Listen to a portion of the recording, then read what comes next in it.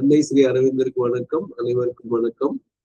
இன்று 2026ஆம் ஆண்டு ஆகஸ்ட் மாதம் 24ஆம் தேதி திங்கட்கிழமை காலை அன்னை அருள்வாக்கு வழி பிரெஞ்சு பயின்றலை தொடர்கிறோம்.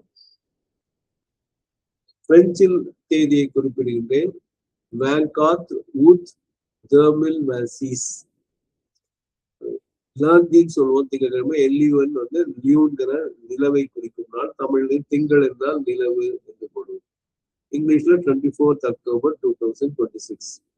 La purité, c'est d'être exclusivement sous l'influence du Seigneur suprême et de ne rien recevoir de lui.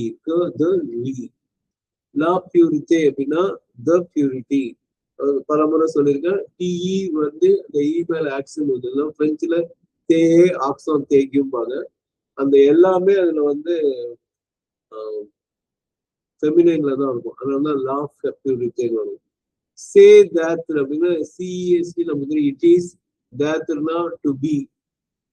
It is to be எக்ஸ்க்ளூசிவ்மோ. இந்த எம்பிஎன்டியை வந்து இங்கிலீஷ்ல எல்வை போட்டுட்டீங்கன்னா இங்கிலீஷ் வார்த்தை வரும். எக்ஸ்க்ளூசிவ்லி SOUS சூனா under. Sous l'influence du Seigneur suprême. L'influence-னா இங்கிலீஷ்ல தி இன்ஃப்ளூயன்ஸ் அவ்வளோ சொல்ல மாட்டாங்க, இன்ஃப்ளூயன்ஸ் சொல்லுவாங்க, சில பேர் போடுவாங்க. டியூ செய்யர் சுப்ரீம்ங்கிறது வந்து அந்த மாறி சுப்ரீம் செய்யர்னு நமக்கு இங்கிலீஷ்ல வரும். அது செய்யர்னா லார்ட், சுப்ரீம் லார்ட். டியூங்கிறது த பிளஸ் எல்இ. அந்த செய்யர்ங்கிறது மேஸ்குலின், அதனால எல்இ வரும். ஆஃப் த சுப்ரீம் லார்டுங்கிறதுக்காக டிஇ பிளஸ் எல்இ வரும்போது டியூவாக மாறும்.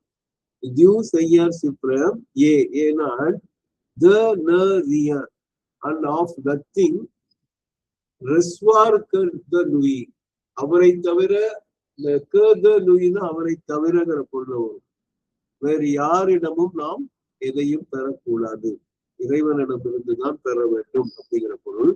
La purité c'est d'être exclusivement sous l'influence du Seigneur suprême et de ne rien recevoir que de lui.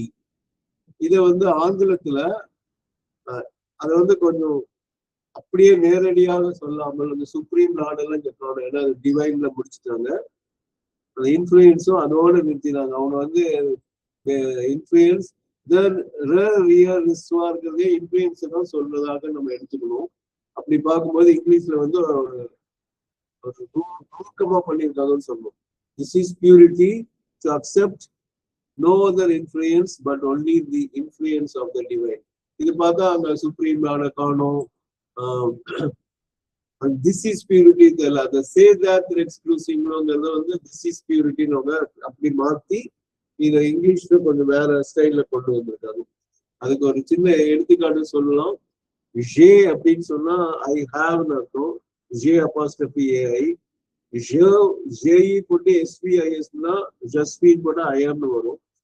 இங்கிலீஷ்ல டேட் சொல்லும் போது ஏஜ் சொல்லும் போது ஜஸ்பி சொல்ல மாதிரி சொல்லுவோம். ஐஎம் 26. ஆனா பிரெஞ்சுல சொல்லும் போது ஜே வேசிஸ் தான் சொல்லுவோம். அப்ப அந்த இங்கிலீஷும் பிரெஞ்சும் அமைப்பு மாறி இருக்கிற மாதிரி இது வந்து நம்ம வந்து ஆங்கில முறைக்கு ஏற்ற மாதிரி பண்ணியிருக்காங்க. ஆனா நம்ம கூகுள் டிரான்ஸ்லேட்ல அந்த வார்த்தையா பண்ணியிருக்காங்க. Purity means exclusively under the influence of the Supreme Lord and receiving nothing but from him. இதுல நத்திங் போது அந்த இன்ஃபுளுன்ஸ் தான் அந்த நம்ம ஆசிரம மொழிபெயர்ப்புல காட்டியிருக்காங்க. அதுவும் வந்து ஏற்புடையது. இதுல வந்து தமிழ்ல வந்து இதுவும் நல்லா வந்திருக்கு. தூய்மை என்பது இங்கே பரம இறைவனின் செல்வாக்கின் தாக்கத்தின் கீழ் முழுமையாக இருப்பதும் அவரிடமிருந்து அன்றி வேற எதையும் பெறாமல் இருப்பதும் ஆகும். இப்ப திருப்பி பிரெஞ்சுல போயிடும். La purité c'est d'être exclusivement sous l'influence du Seigneur suprême et de ne rien recevoir que de lui.